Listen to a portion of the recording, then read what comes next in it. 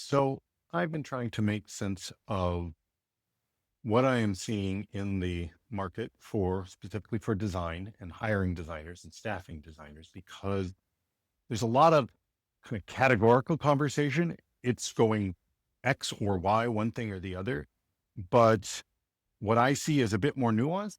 And in trying to make sense of that, I hit upon an analogy that I think speaks to what we're seeing in the market. And it starts with uh, this bell curve being a technology adoption curve. So if you're familiar with the technology adoption curve, you start with innovators, a very small percentage who will kind of try anything, early adopters, bigger, but still pretty small percentage of folks who will try stuff, an early majority, right? So now you're getting to be more mainstream, and that actually hits at this halfway point.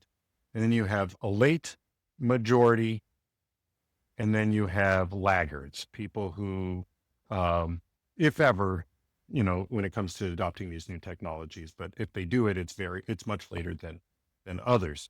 And I think this model applies to how we're seeing the adoption of design in particular.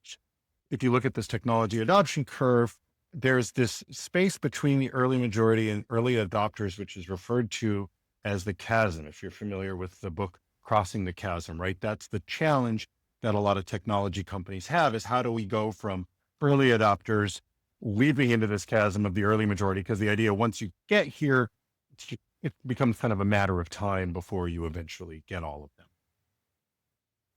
One of the things you can do is take, say, the Nielsen norming group maturity model and apply it, right? And so instead of innovators, this would be your most, actually, let's go from the other way.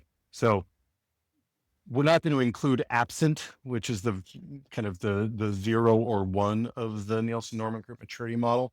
That's not really relevant, but we will start with, instead of laggards, you would have what's called limited, right? So barely kind of embracing design and user experience. Then you have emergent. Some teams are starting to apply it, but it's not really, org wide in any way. Then you have structured. This is where you start getting truly scaled design organizations, structure around those organizations, levels of hierarchy, that kind of thing. Integrated, right? This is where design is seen as design and UX is seen as a competitive advantage, and it's integrated into the operations of the firm. And then what they call user driven. Um, uh, when I talk about maturity models, I frankly focus less on user drivenness and more just like on the assumption of design, right? And I think what we're seeing in the market is that for 15 years, right, everybody was hiring designers, even laggards and late majority were hiring designers because that's what you did, right? If you're going to build software inside your company, you are going to have designers as part of that. What I think we're seeing, though, is that definitely for folks who are still only at this emergent or limited level, they have not seen the value in that investment. It has not paid off for them. And it's not because those designers weren't doing good work. It's because, frankly, these companies were not set up to embrace design meaningfully. They adopted it because they thought they should, because that's what other people were doing. They didn't really have a rationale for it. And they're now unadopting it, right? So these are the companies where we're seeing design teams just getting hammered. I had one client that went from a 20-person design team down to 6, right? They were in this boat. They see design as production. They see design as something that serves engineering and product to deliver value. Either before the wave or through the wave, some folks kind of came over here.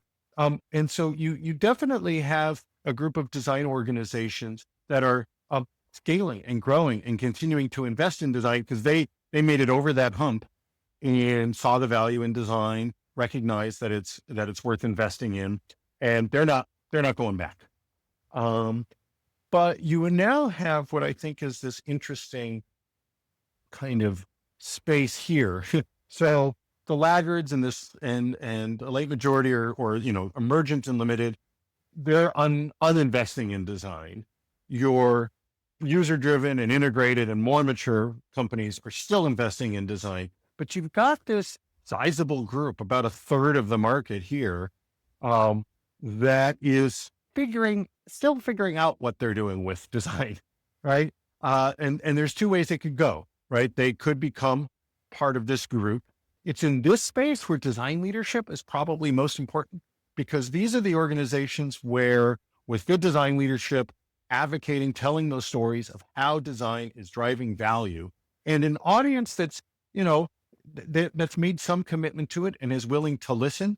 I think those are the organizations where design leaders can have a real impact in kind of helping their companies become more mature.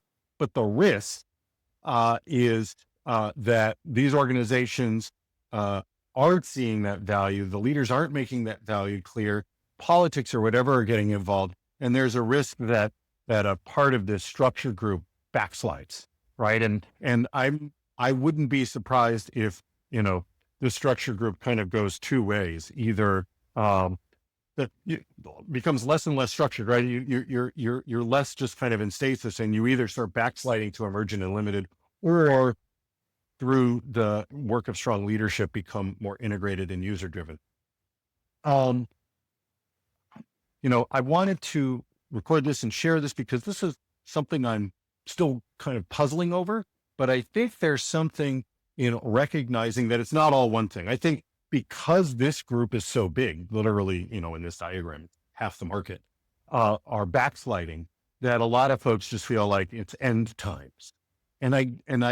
I'm sympathetic to that. I recognize it, but I don't think it's as simple as that, right? Because again, I see and talk to companies that are out here that are like, what? We love design. We want more design. We're hiring designers. We're scaling design. Maybe not hyper growth, but continuing to invest in design. I do think there's this group of folks who have invested in design and started to make some sense of it, but they're at this risky decision point of whether or not, are we really going to invest more in design? Are we going to turn our VP of design into a chief design officer? Are we committed to design as a real competitive advantage? Or are, we going to follow other trends in terms of efficiency and streamlining and focusing on delivery, and design ends up backsliding? So I'm curious what you all think. If you're seeing something similar to this, I'd love to have a broader dialogue.